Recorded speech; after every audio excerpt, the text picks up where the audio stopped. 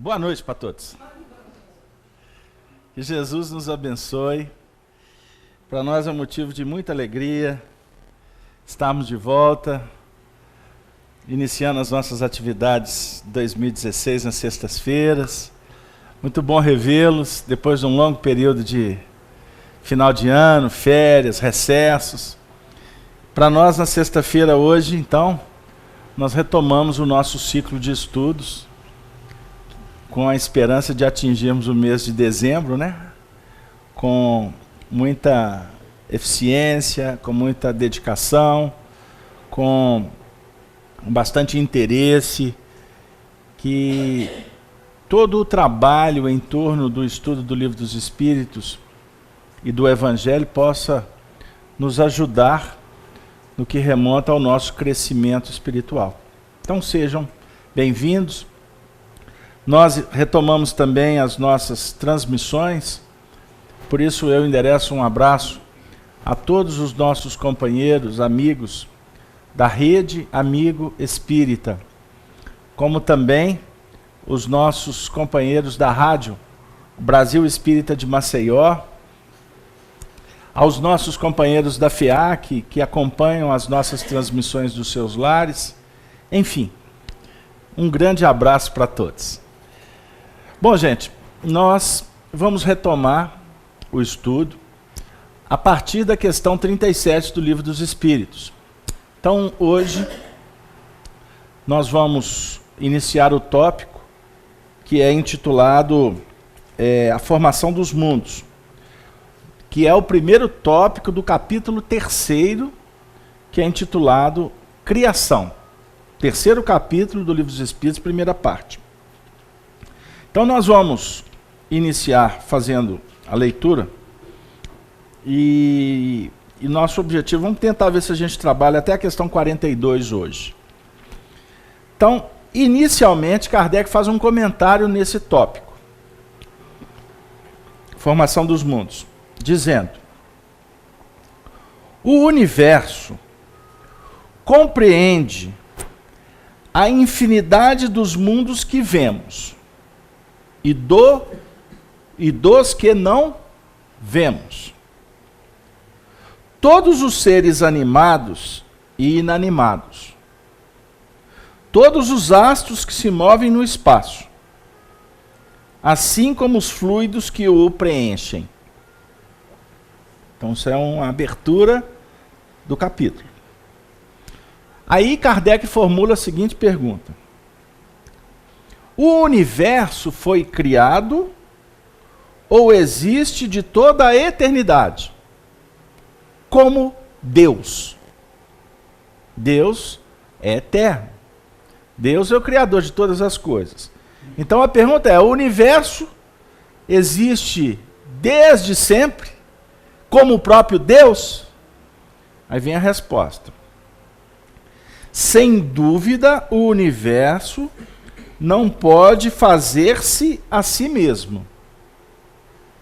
E se existe, como Deus, de toda a eternidade, não poderia ser obra de Deus. Então, se o universo existe desde sempre, como desde sempre eterno é Deus, não ficaria configurado que o universo fosse criado por Deus. Tá certo? Porque eles são eternos. Então, na realidade, o universo teve um início. Deus é que é eterno. Por isso é que Deus criou o universo. Ficou claro isso aí? Bom, aí vem um pequeno comentário. A razão nos diz não ser possível que o universo se tenha feito a si mesmo, e que, não podendo ser obra do acaso, deve ser obra de Deus. Então aqui completa. Então, não é obra do acaso. Então, é obra de Deus. Aí vem a questão 38. Como Deus criou o universo? Como Deus criou o universo? Isso é uma pergunta que Aí o Gino está falando que Kardec não tinha medo de perguntar, porque uma pergunta dessa dá até medo, né? Como que Deus criou o universo? Resposta. Olha como que os espíritos respondem a beleza da resposta e a profundidade. Para me servir de uma expressão comum, por sua vontade, nada representa melhor essa vontade, toda poderosa, do que estas belas palavras da Gênese. Deus disse: faça-se a luz, e a luz foi feita. Como é que os espíritos poderiam responder? Está aqui. Como é que ele criou? Pela vontade dele. Não é? Pela vontade dele. Posso dizer mais do que isso. Porque como criar um universo seria muita pretensão, sendo que nós temos dificuldade de entender como é que é criado o espírito. Como que Deus criou um micróbio? Você consegue responder? Qualquer ser vivente, você não vai ter explicação. Agora, como querer entender como é que ele criou toda a criação? É muita vaidade da nossa parte. Então, ele se apoia nesta frase que consta no livro Gênese de Moisés. Faça-se a luz, e a luz foi feita. Significa que a determinação, a ordem, por si só, ela já tem toda uma dinâmica operacional para se concretizar. Aí o Kardec continua. Poderemos o modo de formação dos mundos? Bom, aí já não é do universo, é dos mundos. Nós podemos conhecer como que foi formado, por exemplo, o mundo, o planeta Terra. Vocês veem que a pergunta já baixou muito, já reduziu muito a pretensão dela. Aí, resposta dos espíritos. Tudo o que se pode dizer e podeis compreender é que os mundos se formam pela condensação da matéria disseminada no espaço. Bom,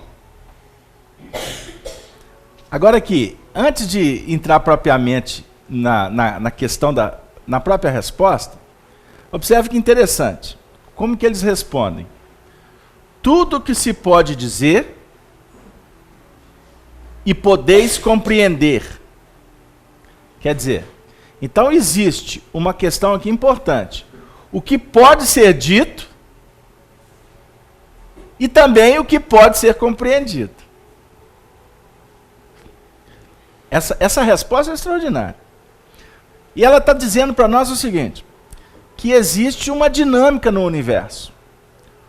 O que pode ser dito já configura para nós que nem tudo pode ser dito. Por que nem tudo pode ser dito? Muito simples. Muito simples. Muito simples.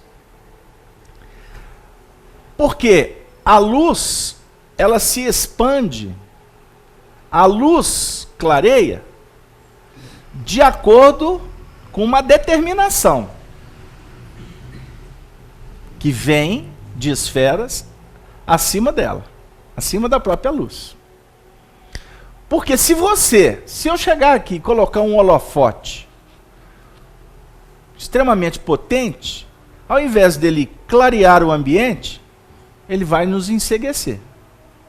Ele vai tirar de nós a possibilidade de entender, registrar a ambiência. Então a luz ela tem que ser graduada. Porque também quando a luz é muito pequena, a dinâmica dela é muito inferior, ela também não atende. Não é verdade? É verdade ou não? A gente está num ambiente enorme. Se eu for acender uma lâmpada desse tamanho, ela pode até ser identificada, mas ela não vai ser eficiente. Ela não vai ter serventia para nós. Então é necessário que haja uma dosagem da informação. E ao mesmo tempo, além de o auto-revelar de uma forma gradativa, de uma forma superentendida, também existe uma outra condição, que é poder ou não receber a luz. Entenderam isso aí? É muito importante na nossa vida. Nós vamos encontrar no capítulo 1 do Evangelho de João um versículo extraordinário, que diz assim: e a luz brilha nas trevas, mas as trevas não a receberam. A luz brilha nas trevas, não é? Mas as trevas não a receberam. Esse versículo está se referindo a Jesus quando esteve aqui.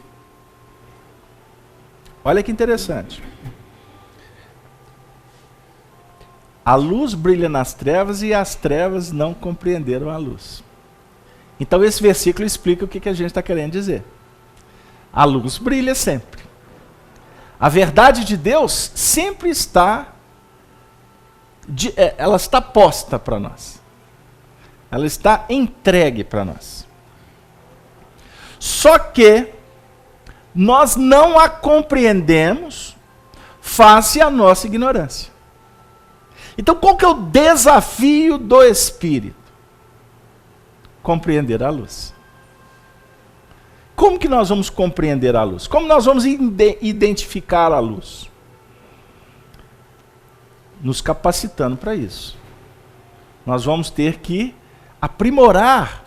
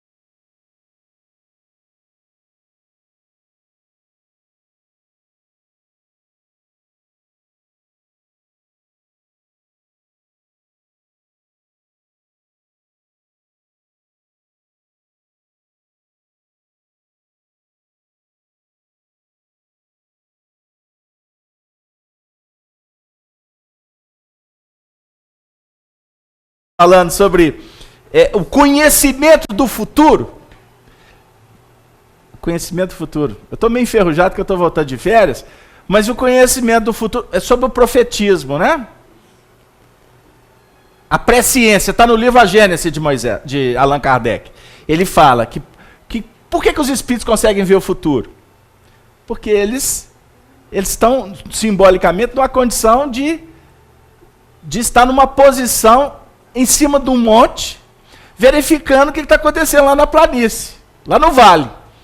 Quem está no vale só consegue ver o que a visão registra. Então, o que a visão registra é o presente. O que a visão não consegue registrar é o desconhecido, é o futuro. Os espíritos conhecem o futuro porque eles estão numa posição que eles conseguem observar o que a gente...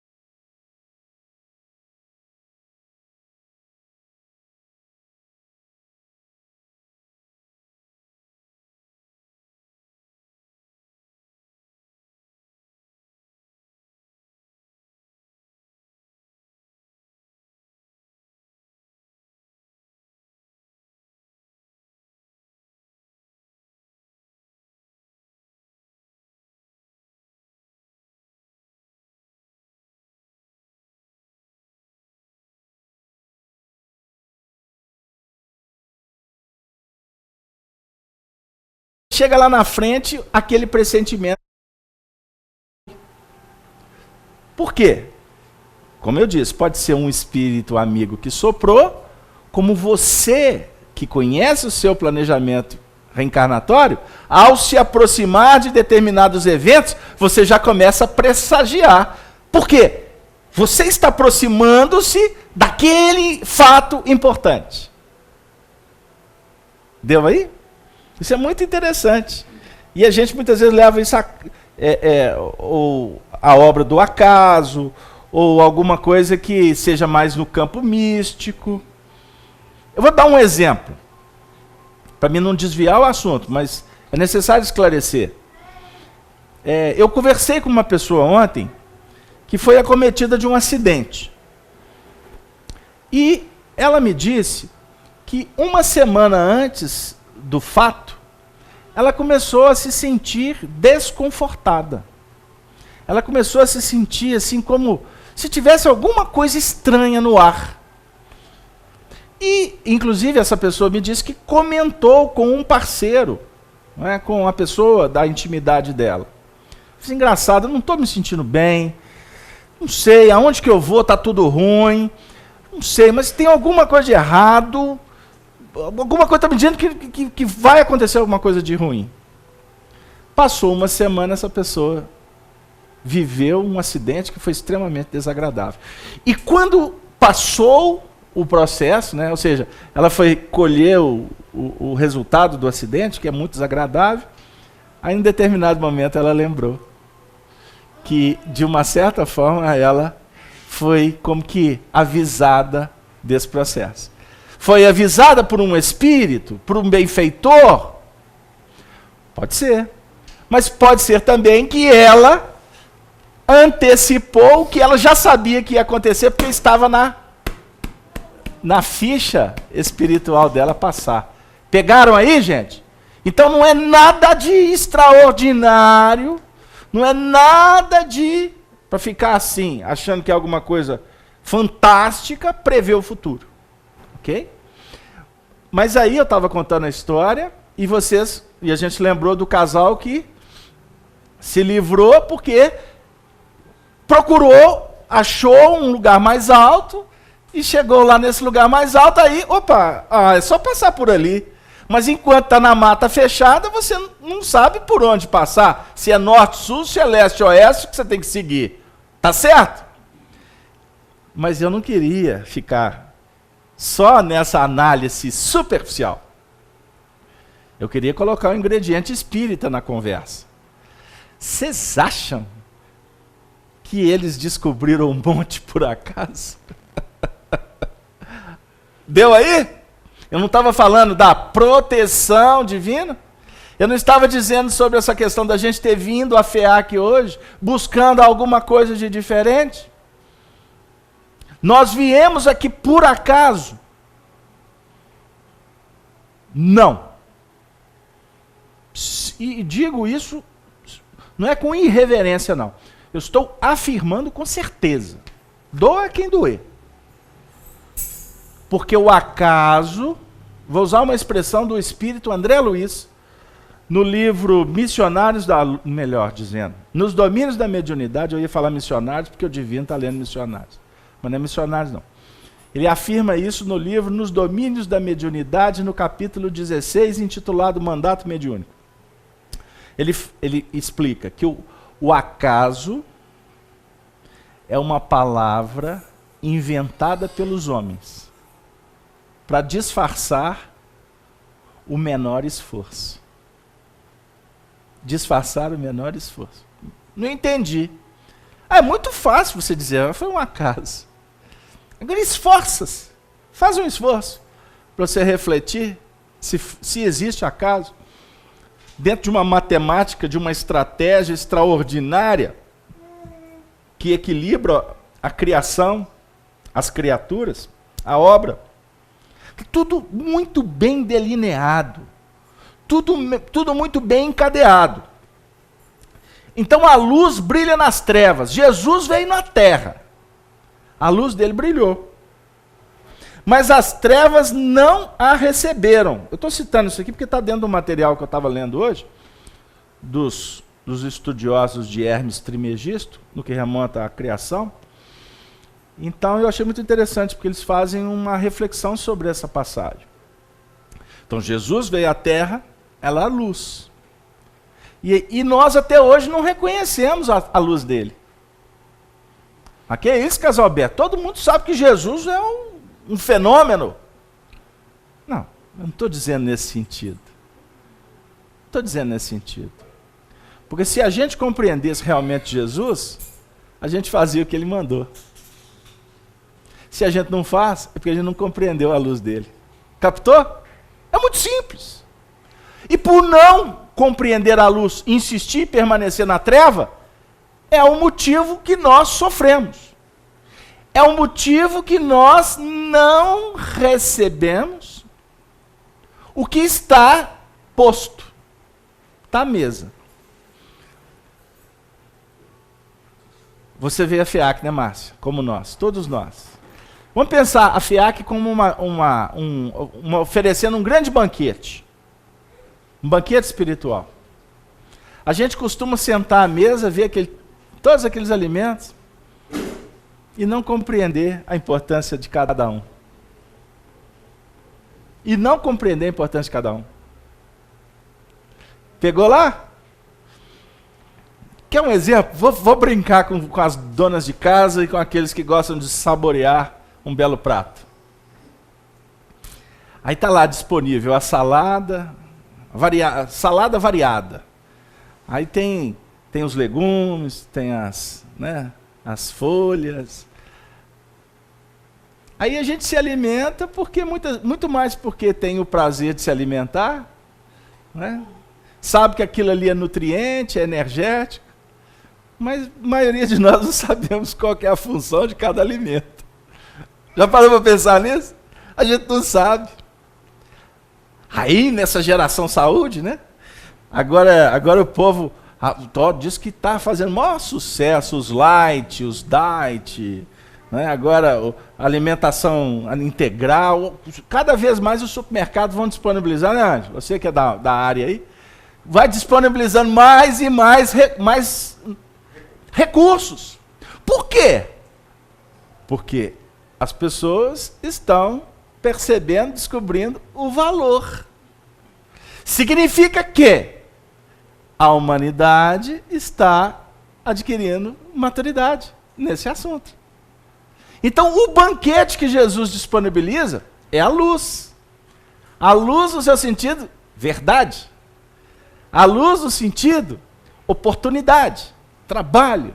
E a luz representando transformação. Porque se você passa a compreender os elementos que são mais importantes para a sua evolução, a tendência é que você passe a usá-los com mais, vamos dizer assim, com mais interesse, com mais intenção. E aí a gente vai transformando. Nós vamos transformando o mundo que nós estamos habituados a viver com ele, sem valorizá-lo. Ficou claro? Marco Aurélio, sua participação, boa noite. Como é que está aí o pessoal? Boa noite, Beto. O pessoal manda um abraço para nós todos aqui. Agora, o chat hoje teve um problema de imagem e tudo. Aí o pessoal mandou abraços e falou que está acompanhando a palestra lá da Rede Amigo Espírita. Aí aproveitar, mas eles continuam aqui de sobreaviso para quando voltar, e acabou de voltar. Acabou de voltar. E aproveitar e mandar um abraço então para a Anitta, para a Rubenita, o Daniel de BH. Ah, o Daniel. A Daniele, a Rosa Leonor, o Bruno de Paula, a Helena, o Simplício, o José dos Santos. O José dos Santos é o Zé Aparecido, né? É o chefe. É o chefe. E o Bruno. Ah, muito bem. Um grande abraço para todos. É porque vocês que estão chegando agora, a gente tem a transmissão que a gente faz ao vivo, tem um chat, as pessoas participam. E tem pessoas de vários lugares do país e fora do país, inclusive, como a Rubenita, né? Rubenita, nossa amiga lá de Bruxelas, que nos acompanha sempre aí.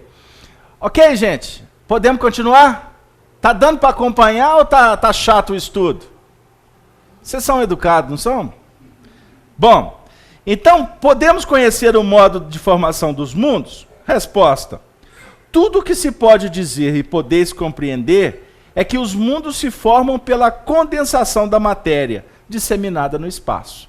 Então, por exemplo, o nosso planeta é uma matéria condensada, não é? Que foi manipulada, que foi trabalhada por técnicos espirituais.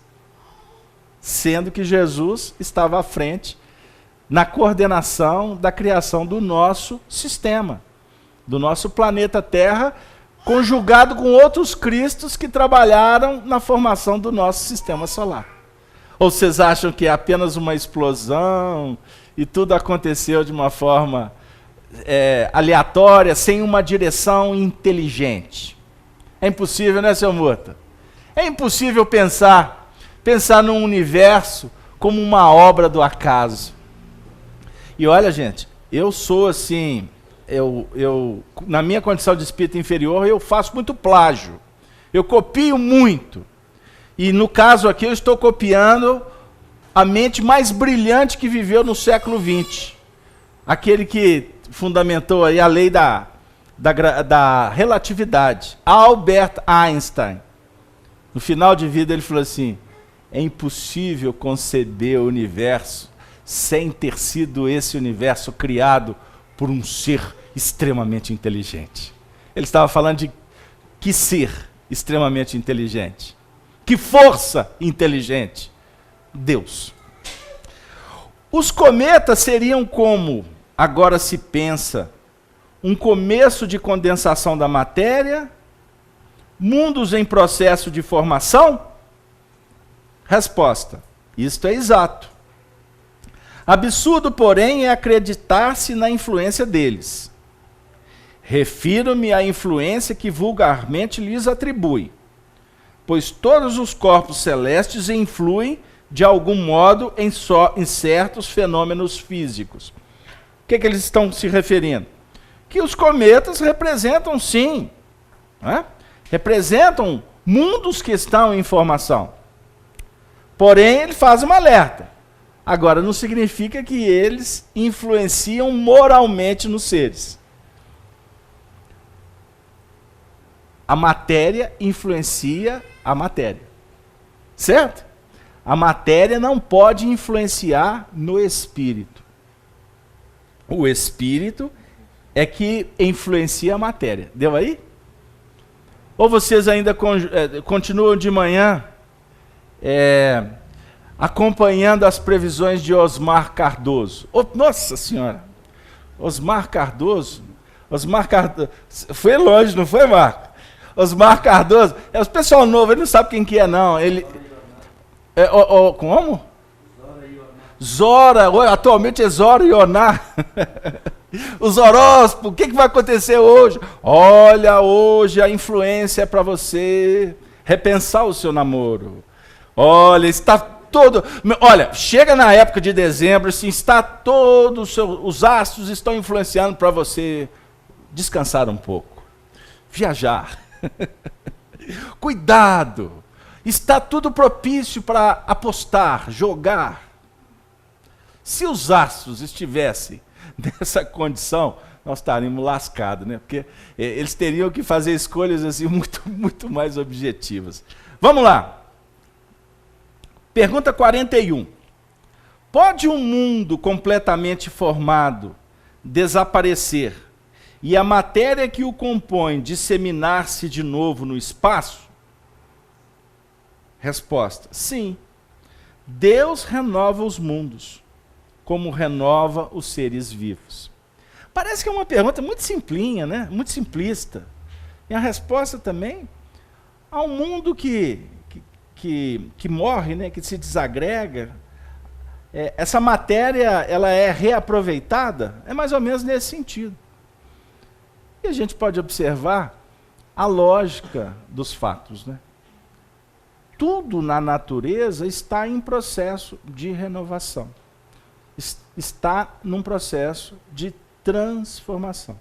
Por isso que Lavoisier, de uma forma muito importante, diz para nós que na natureza nada se perde. Ele até disse, nada se cria, mas o nada se cria aqui, eu vou fazer uma reticência a ele e vou dizer, na natureza nada se perde.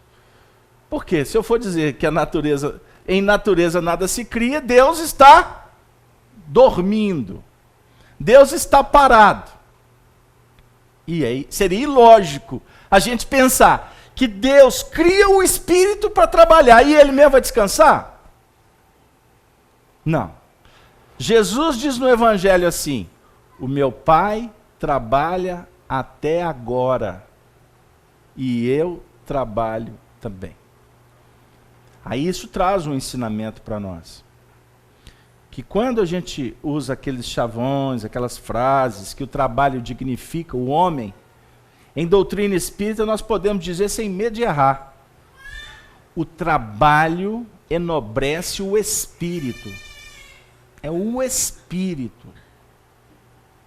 Agora, é óbvio que aí a gente vai entender a escala evolutiva. O trabalho de espíritos primitivos é um trabalho material. O trabalho de espíritos numa condição iluminada é um trabalho mental. Não é um trabalho... Eu não posso imaginar Jesus trabalhando na pedreira, quebrando pedra. Posso? Não dá, né? Porque a capacidade dele é de transformar a matéria. Ele não andou por cima da água.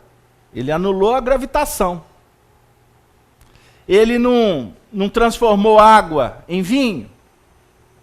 Ele conhece as propriedades da matéria. Agregação, aceleração, partícula. Ele conhece tudo isso. Então hoje, como é que é teu nome? Oi? Ednardo. Até então a gente achava que tudo era milagre. Milagre é uma palavra que é designada para explicar o inexplicável. Então, não, eu não sei, então isso é milagre. Milagre de Deus. São frases que caracterizam a infantilidade espiritual, o desconhecimento dos seres diante da realidade da vida. Vocês imaginem Jesus conversando com os apóstolos, por exemplo, falando sobre a cura, sobre os processos terapêuticos. Ele trabalhava no nível do entendimento deles. Vamos orar, vamos impor as mãos e pedir a Deus que ajude o companheiro. É um movimento de fé, de prece e de trabalho. Mas tudo num campo muito abstrato. Deu aí? O que importava era que orar, levantar as mãos e etc., o indivíduo ficou curado. Valeu. Não, então Deus tem poder mesmo. Ok? Mas na realidade Jesus, na condição de um espírito de uma evolução extraordinária, sabia que naquele momento da busca da mente em pró da manipulação da energia, para influenciar corpos, e que não trabalha assim em corpos físicos, mas nos corpos espirituais. Ele sabia da questão bioenergética, que, por exemplo, o poder da vontade é capaz de fazer transformações extraordinárias. Até no quimismo, no seu quimismo espiritual, que influencia no seu quimismo físico. Então, se eu começar a trabalhar com você, você tiver merecimento e entendimento para promover a cura de uma doença, ela é possível. Ela é possível. Só que naquela época ele não podia explicar isso, porque o pessoal não tinha condição de entender o que vem a ser imunologia, o que vem a ser problemas de doenças congênitas, uma série de procedimentos. Captaram aí? Então, a luz brilha nas trevas, mas as trevas não a receberam. Nós não conseguimos compreender o que ele disse. Hoje a gente já começa a vislumbrar o que ele explicou, mas qual que é o nosso desafio? É saber que tem uma ciência, que tem fundamento, mas o nosso desafio é como aplicar, é como colocar em prática. Por isso que a doutrina espírita, ela se inicia num grande projeto filosófico. Indagar. Quem somos?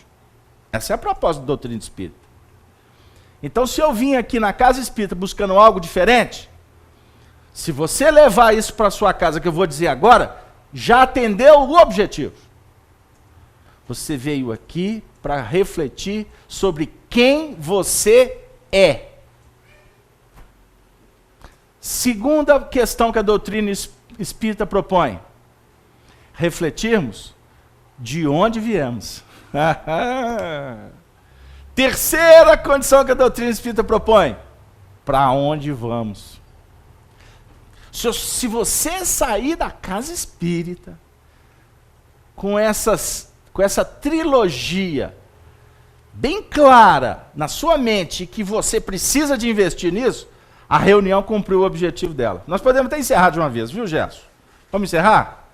Não deu ainda para compreender, né? Então vamos lá. Quem somos? Você sabe quem você é, Ednardo? Você sabe quem você é? Ângelo. Você sabe quem você é, Marco Aurélio? Você não sabe nem... A gente não sabe nem porquê do Marco Aurélio. Você sabe por que você chama Marco Aurélio? Eu tenho um tio que sabe por que ele chama, que o escrivão errou o nome dele. Não é isso. A gente não sabe. Você sabe que o seu nome, a estrutura do seu nome, pode estar te dizendo sobre o seu passado espiritual? Sabia disso? Você chama Ângelo por acaso? Você pode ter tido esse nome numa existência anterior, ou um nome similar, que de uma forma intuitiva, seu pai ou sua mãe, seja quem for, escolheu, colocou e ficou. O Gerson, filho dele, disse para ele que estava reencarnando e falou como é que ele ia chamar. Ou eu inverti a história?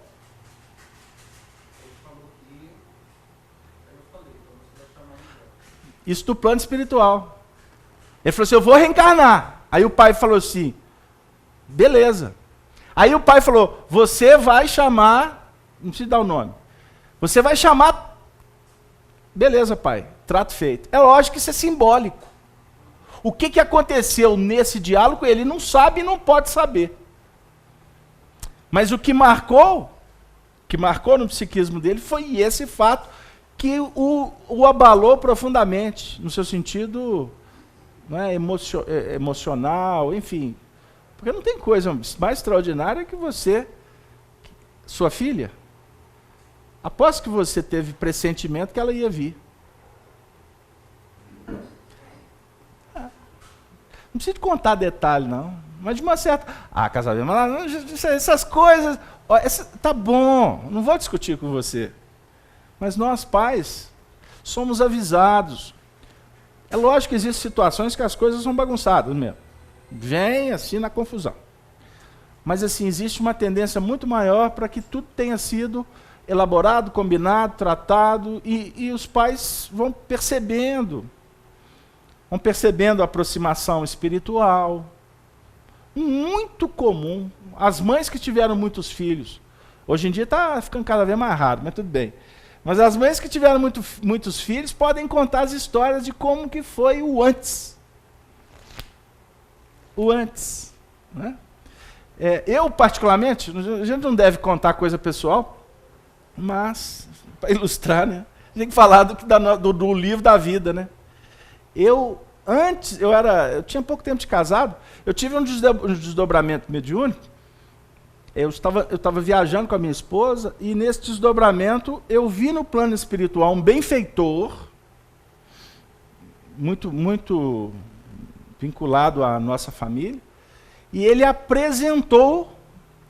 me apresentou os espíritos, não vou detalhar porque senão pode ser interpretado de uma forma indevida, mas me apresentou quatro crianças. E eu tenho dois irmãos, sendo que eu tenho 2 filhos, e os meus outros 2 irmãos, cada um tem um filho. A conta fechou. Só que isso aconteceu antes dos meus 2 irmãos casarem e eu ter qualquer perspectiva de filho.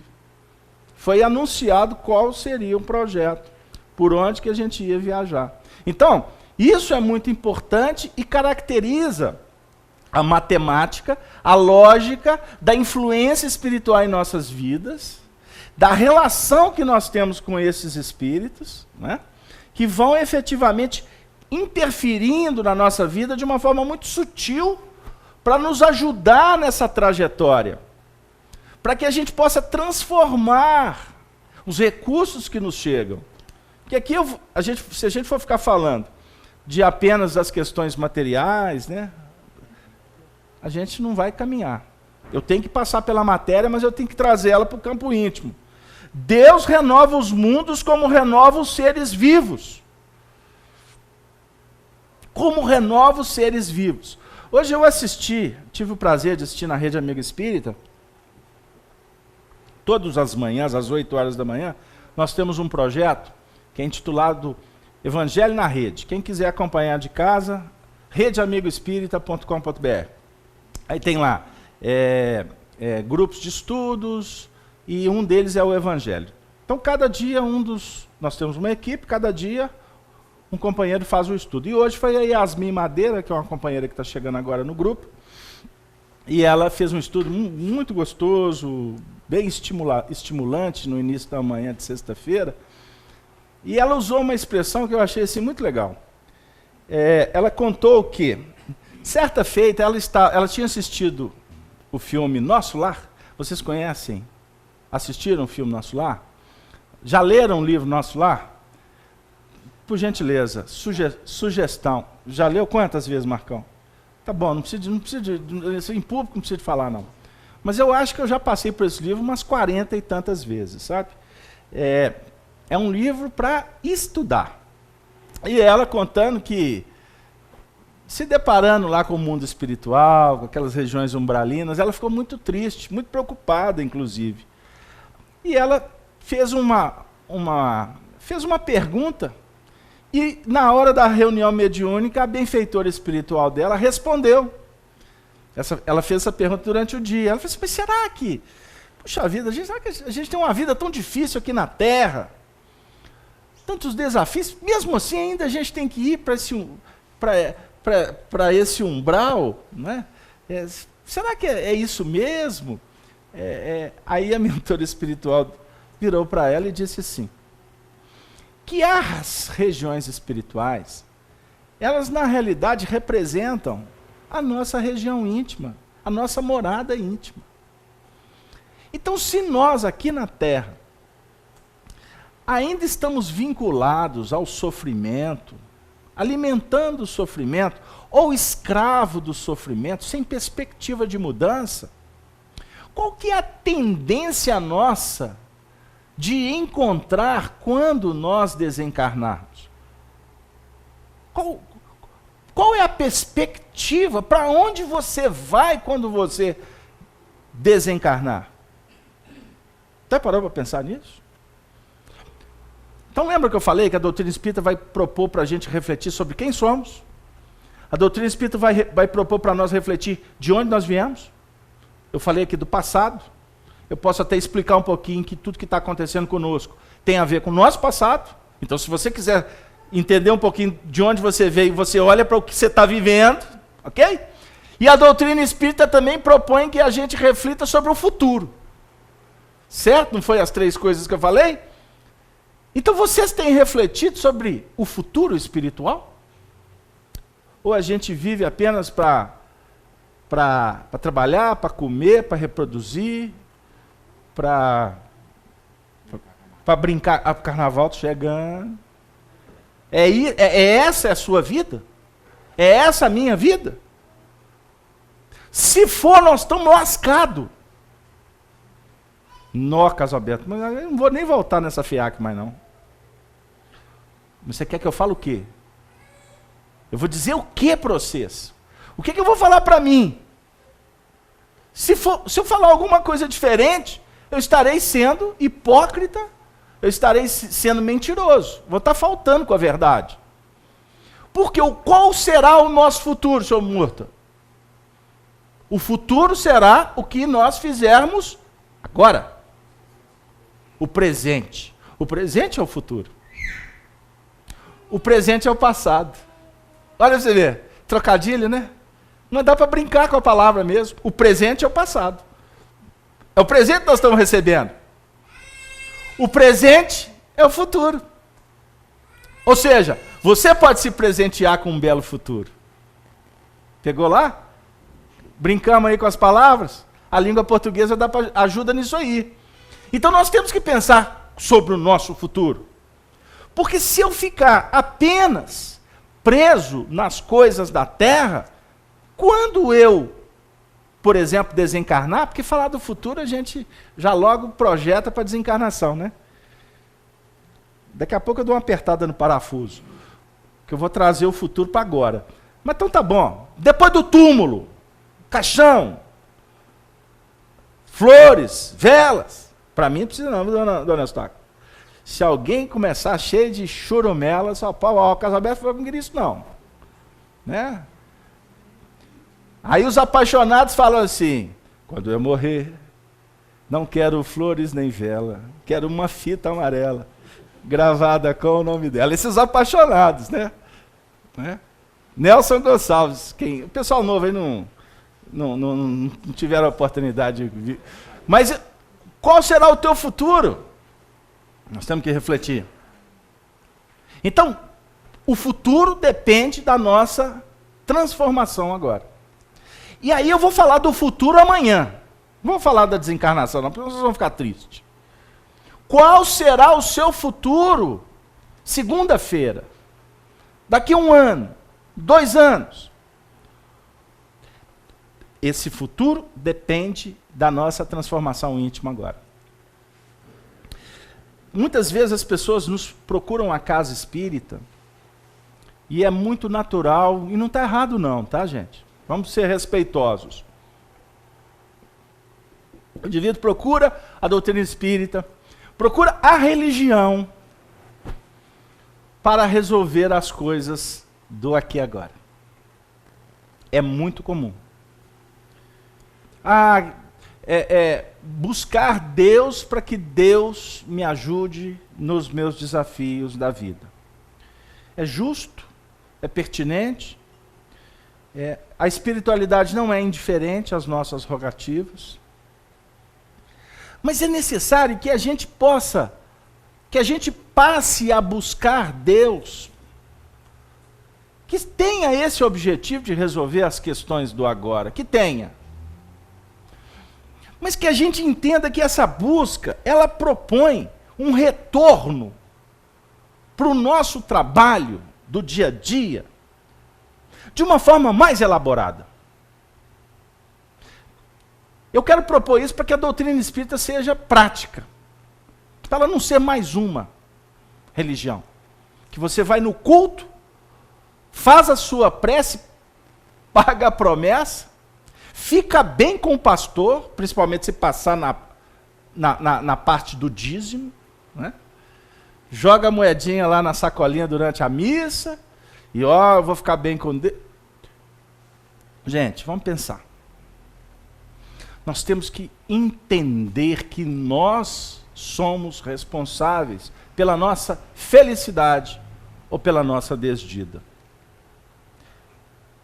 A cada um segundo as suas obras, disse Jesus. A cada um segundo as suas obras.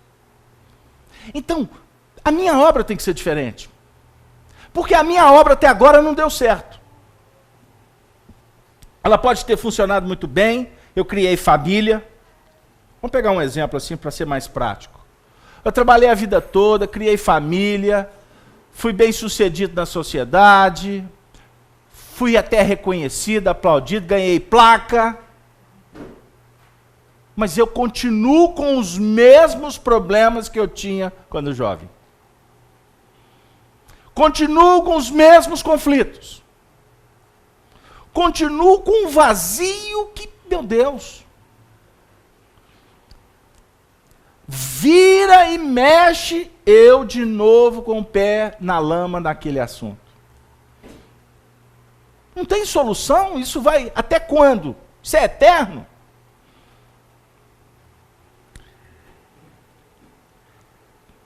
E esta é a causa da condenação. João, capítulo 3, versículo 19. Prestem atenção, gente, que esse versículo é extraordinário. E esta é a causa da condenação. A luz veio ao mundo, e os homens amaram mais as trevas do que a luz, porque as suas obras eram más. Condenação. Vocês já ouviram falar isso em algum culto, em alguma missa, em alguma reunião espírita, em algum filme esotérico? Condenação. Já ouviu falar isso, Adina? Não? Então vou te levar assim para a Idade Média. O que você acha? Condenação. Pecou, condenado. Deu aí o que eu quero dizer?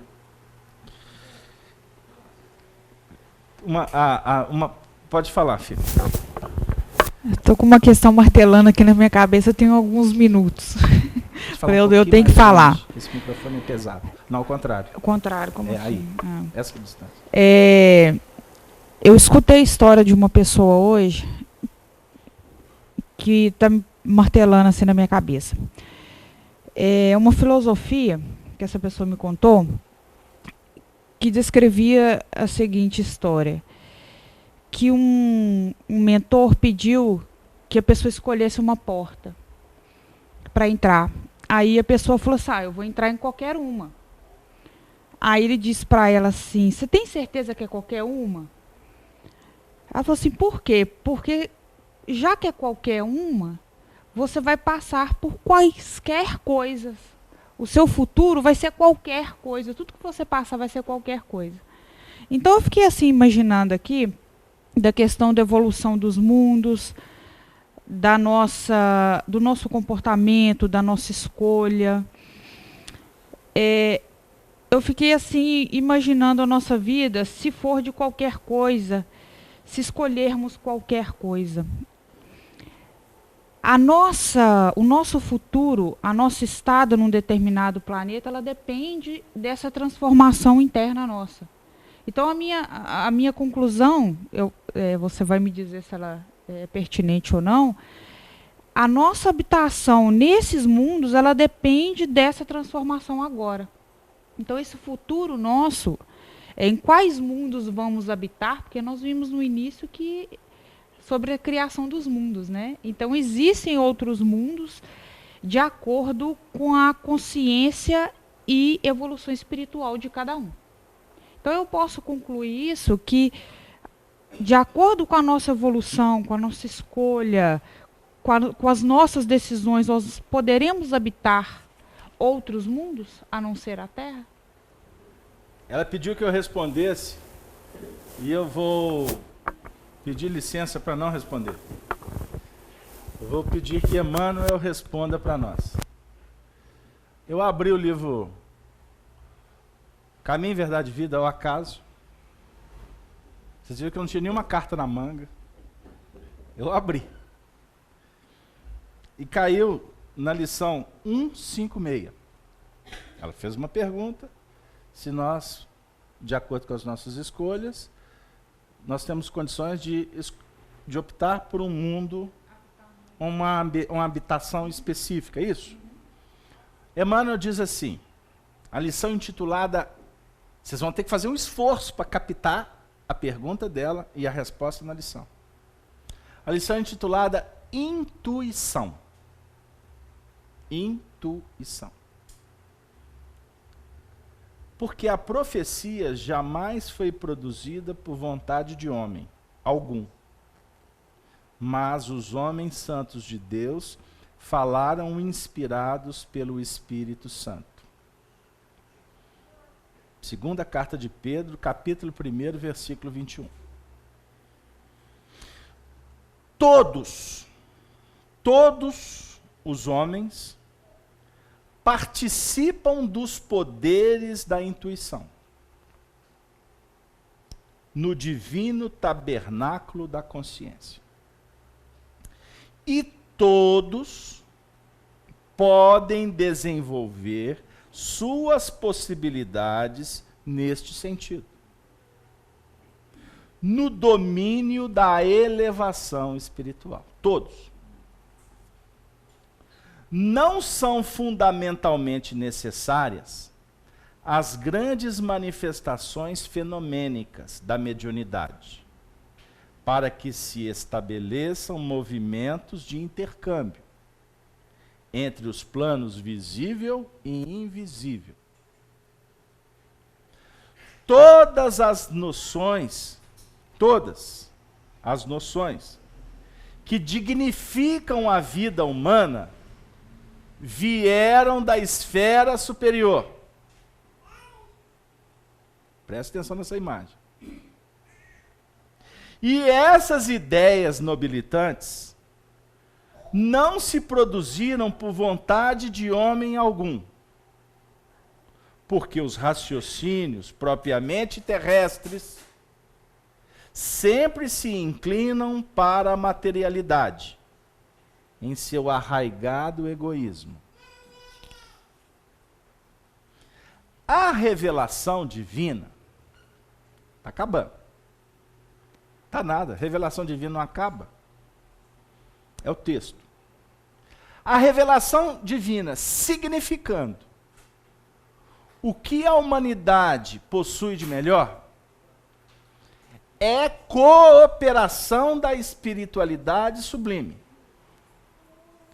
trazida às criaturas pelos colaboradores de Jesus, através da exemplificação dos atos e das palavras dos homens retos que, a golpes de esforço próprio, quebram o círculo de vulgaridades que os rodeiam, tornando-se instrumentos de renovação necessária.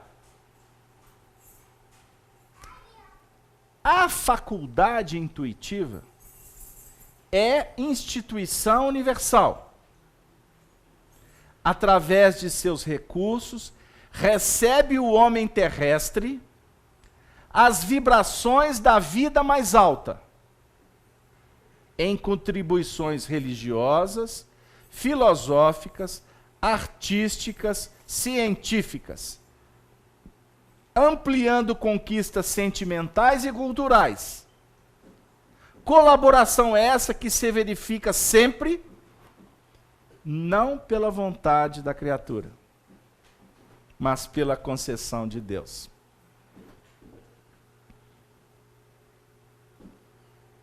Cada um aqui percebeu alguma coisa.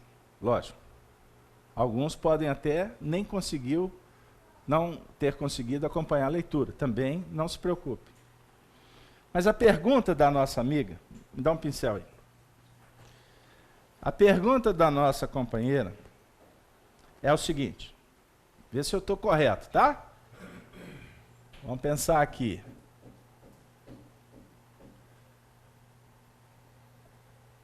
Muito fraquinho, mas eu quero te falar, isso aqui é o Sol.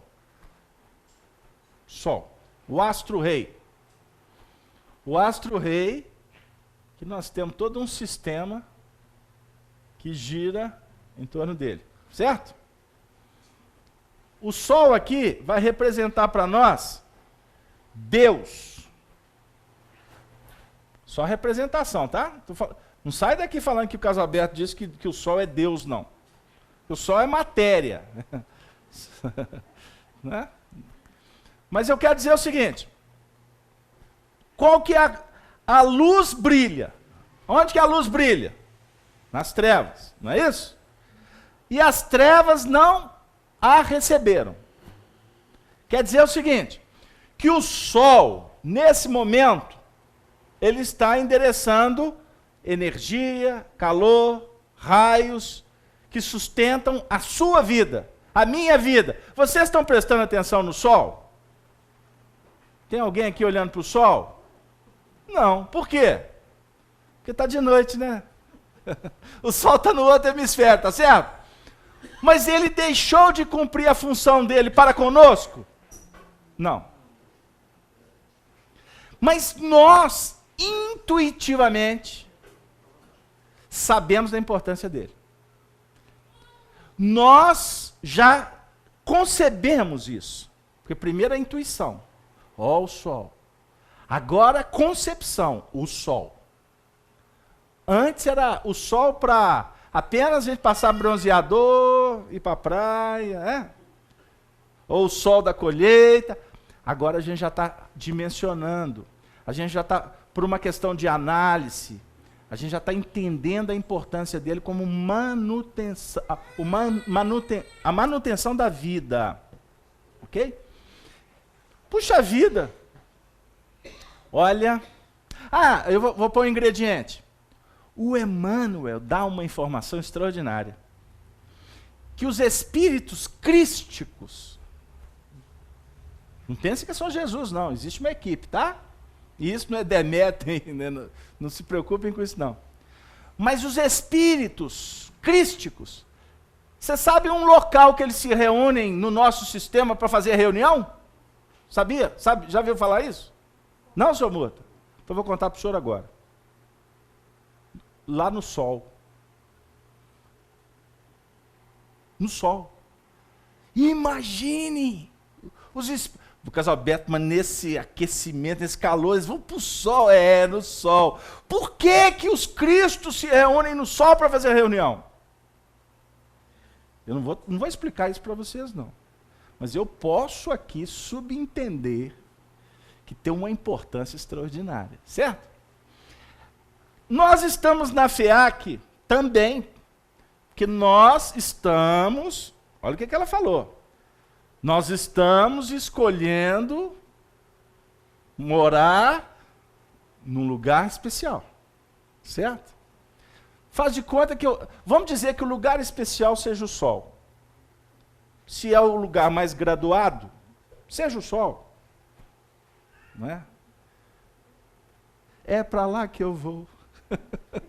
Tem até a música. Não tem? É para lá que eu vou. Então, é o sol. Só que o seguinte, o que o Emmanuel está falando para nós de intuição?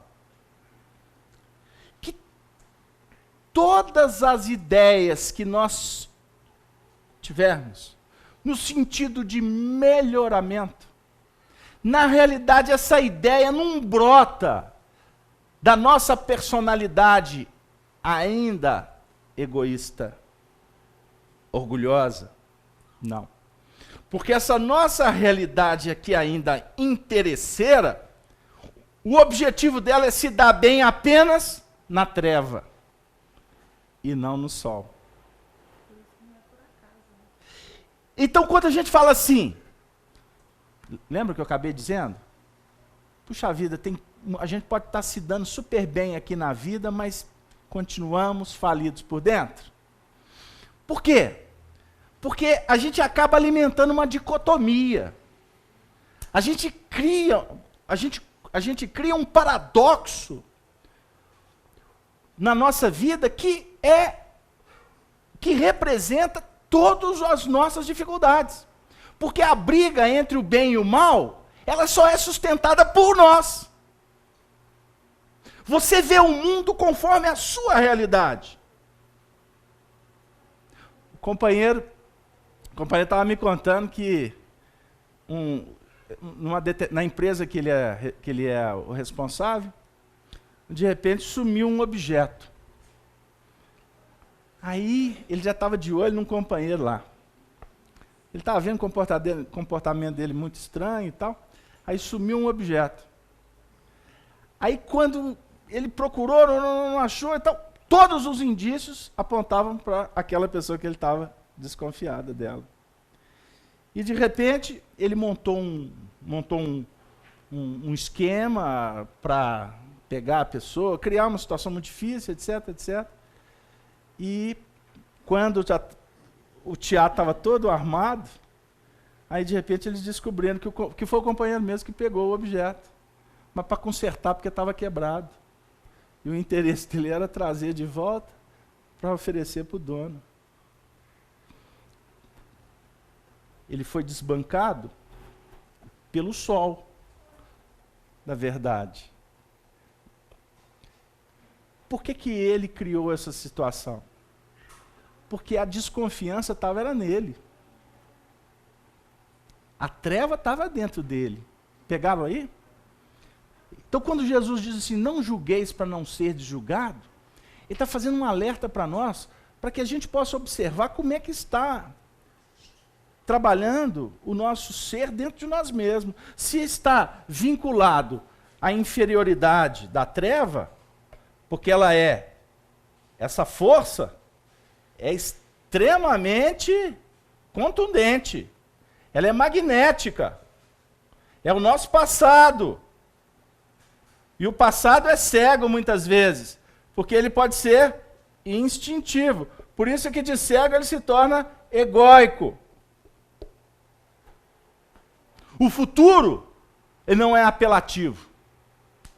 O futuro não vai te laçar, te forçar, te cobrar.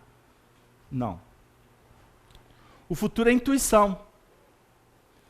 Então, o desejo, a inspiração, a percepção de consertar alguma coisa, que você sabe que está errado, mas você não sabe nem por onde começar, o Emmanuel está dizendo que vem do alto. Que são os benfeitores espirituais que representam o Cristo, que estão dizendo assim, ei, para de olhar para baixo, olha para cima. Aí você contou a história da pessoa que falou que queria qualquer porta, né? Eu vou para qualquer lugar, eu vou para onde que me levam. Eu sou de todo mundo, já escutaram isso na sociedade? Eu sou de todo mundo. É de todo mundo e não é dele mesmo. Ponto.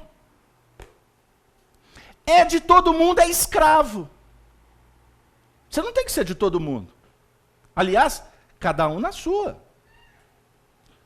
A sua felicidade não depende da felicidade do outro. As suas conquistas não podem estar na mão de ninguém. Você vai colocar o seu futuro na mão de outro? A responsabilidade é sua. O caso aberto, mas tem ela, tem ele, tem eles. Tem não. A responsabilidade é sua com você mesmo. Que efetivamente tem nela, nele, neles, responsabilidade sua. Para que você seja vitorioso sobre você mesmo. Por quê? A sua felicidade também está na razão direta do bem que você proporcionar ao outro. Se quiser ser feliz, proporcione o bem. Se você está tripudiando, se nós estivermos maculando, machucando, dilacerando o coração do outro, na realidade, estaremos maculando, dilacerando, complicando o nosso mundo íntimo. Pegaram aí? Pegaram aí?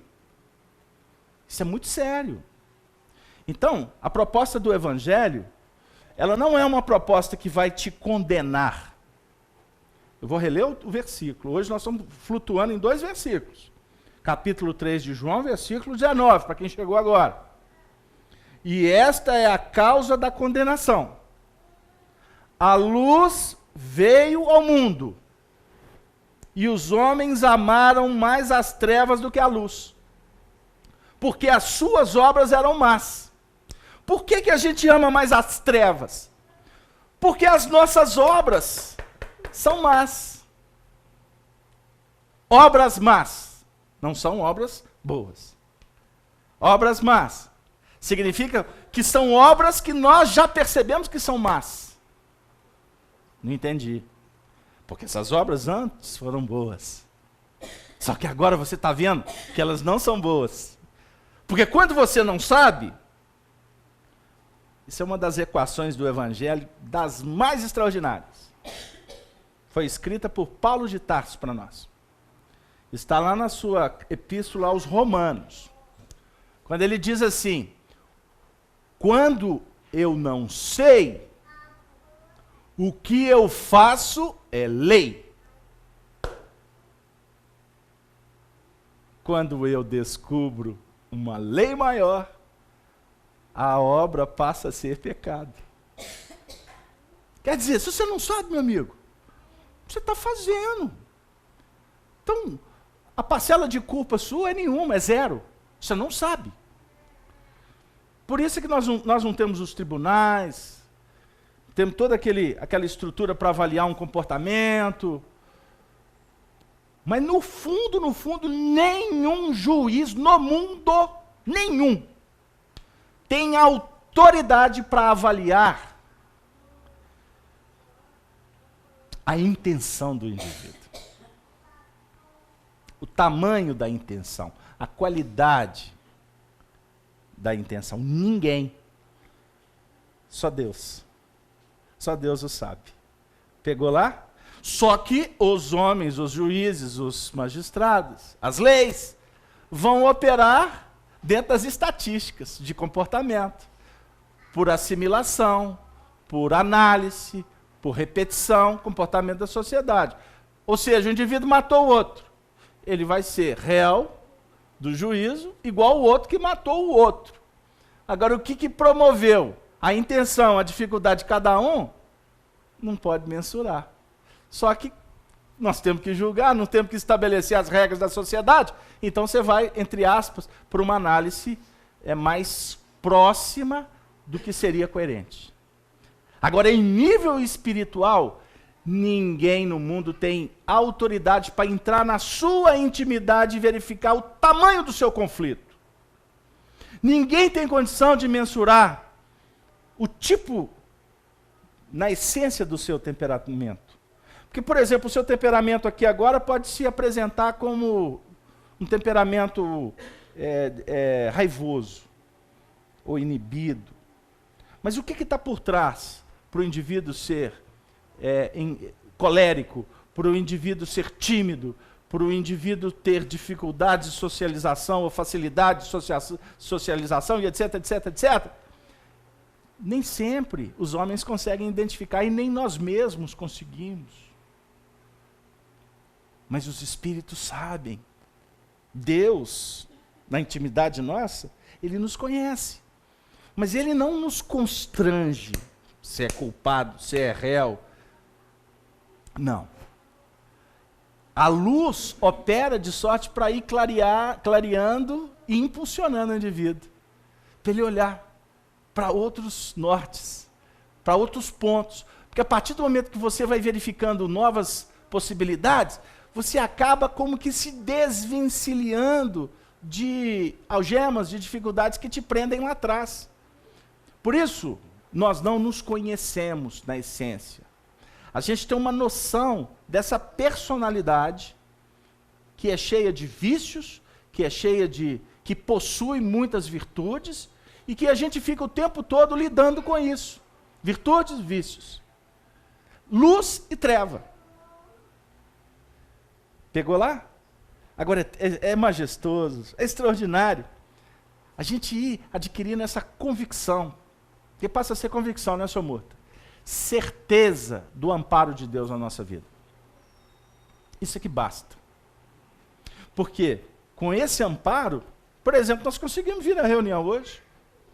Possivelmente alguns chegaram aqui debaixo de um sufoco tremendo.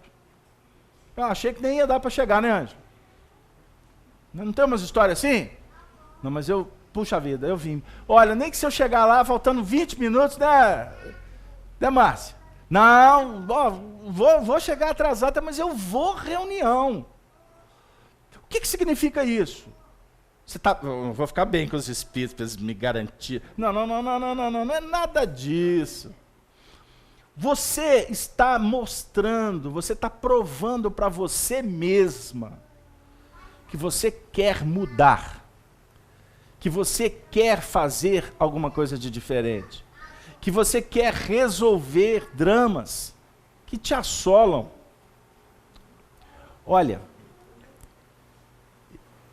eu vou falar uma coisa aqui, vocês não se assustem não. Mas eu aposto todas as minhas fichas, ai. Cuidado, hein, mano. Eu aposto todas as minhas fichas. Vou apostar. Que nós temos coisas na nossa intimidade que a gente nunca teve coragem de contar para ninguém. Não contem agora, hein? Nós temos coisas na nossa intimidade que a gente sabe que poderia ser melhor trabalhado, que ia dar certo. Nós temos potencialidades extraordinárias que precisam de ser direcionadas, que precisam de encontrar uma forma de expressar a nossa realidade espiritual. Nós nascemos para brilhar. Nós nascemos para entrar em comunhão com a luz de Deus. Nós estamos num momento extraordinário para isso. E estabelecer essa comunhão com o mundo maior significa mudar até a maneira de pensar, o que vai redundar numa alteração no agir. Tem coisas que a gente fala assim, eu quero mudar. Eu vou fazer diferente. Ah, mas não dá, não dou conta. Por que a gente quer e a gente não dá conta? Porque ainda nós não encontramos a fórmula. A fórmula para conseguir. E por que a luz brilha e a gente continua não recebendo? A luz brilha porque a luz representa amor. Jesus representa o amor para todos nós.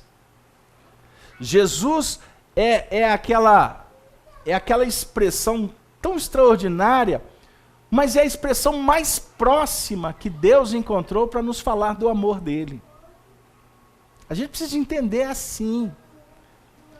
Porque se a gente tira Jesus, A gente não tem referencial. Por isso é que a gente se decepciona. Quer um exemplo? Quantas vezes nos decepcionamos nos nossos relacionamentos? Por que alguém se decepciona? Porque aposta na perfeição que o outro não tem. Acredita que o outro é uma joia preciosa, pronta. E aí que está o nosso grande equívoco. Por quê? Quando a gente olha no espelho, a gente percebe como somos ainda pedra bruta. Quantas coisas a gente precisa de resolver? Que pretensão é essa, nossa? Que vaidade tola, louca, de querer que o outro represente a perfeição. Isso é incoerência, meu amigo. Deus é a perfeição absoluta. O universo é uma obra irretocável. Não temos o que questionar.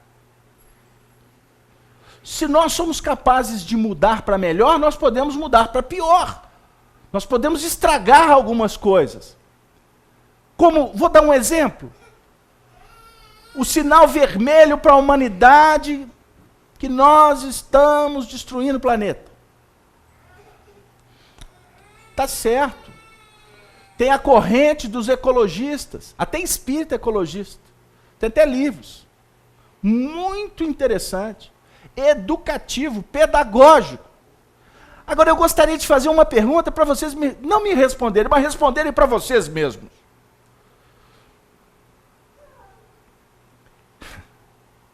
A obra é perfeita, Gino. Nós, seres imperfeitos, temos autoridade para destruir o que é perfeito? Pergunto a vocês. Então, o que a gente fizer aqui, que a gente vê que é básico, né? Tem que sanear, você não vai julgar, você não vai sujar, você tem que preservar, porque é recurso para benefício de nós mesmos, não é isso?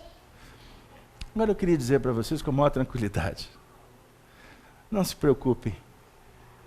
Não fiquemos ansiosos, exacerbadamente falando, porque está tudo certo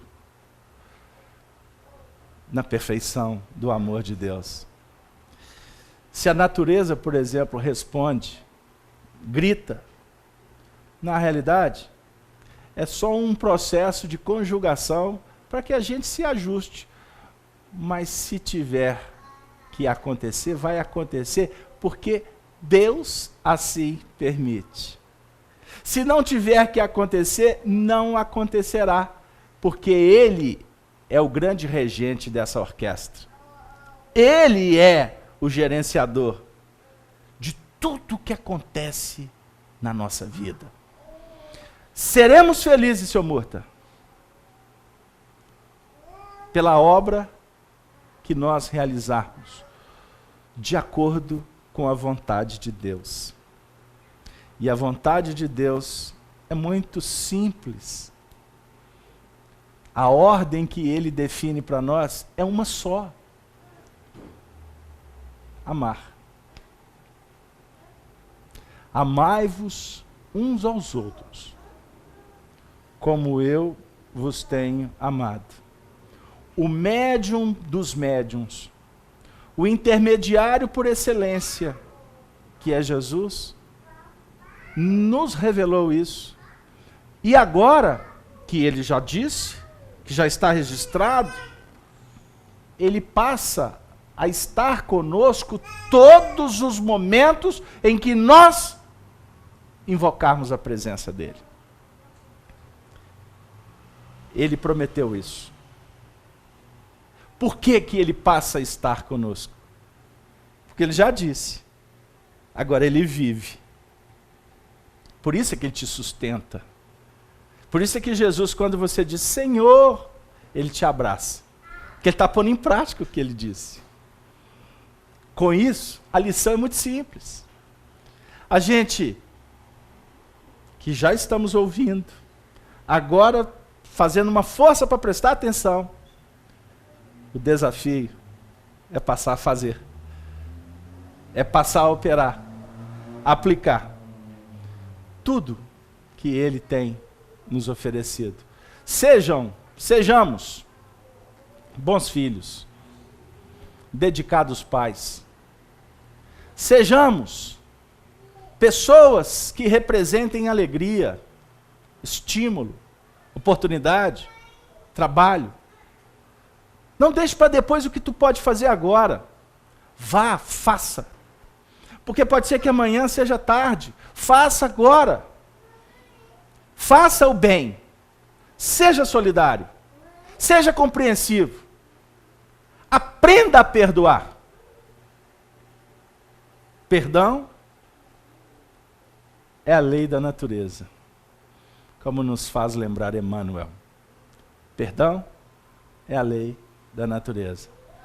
Perdoe e seguirás adiante no rumo certo da perfeição. Perdoe ao semelhante, mas não esqueça de perdoar a si mesmo. Está aí um dos mecanismos mais extraordinários da misericórdia de Deus. Faze isso e viverás. Foi o que Jesus disse para o jovem que o questionou: como fazer para herdar o reino dos céus? Aplique tudo que você já percebe, que você já concebe ser a lei do amor. Com isso, encontraremos paz. Paz é o prêmio para o bom combatente. Não combate lá fora. Está perdendo tempo. Está perdendo amigos. Está destruindo a família. Combate o que você precisa de combater dentro de você. E seja sempre os braços estendidos, dadivosos, que abençoam a todos que caminham conosco. Eis a religião verdadeira, pura e imaculada. As religiões do mundo são apenas indicadoras. Você não precisa de religião. Você não precisa, no fundo, de líderes. Você precisa de se conhecer. Você precisa de se amar. Você precisa de ser o líder da sua própria vida, tendo Jesus, o amigo, o benfeitor maior, que está com cada um de nós em todos os instantes da nossa jornada. Tenham todos muita paz. E para encerrar, eu gostaria de convidar o Eustáquio, faz favor. O Eustáquio vai fazer a prece final por nós. Essa distância.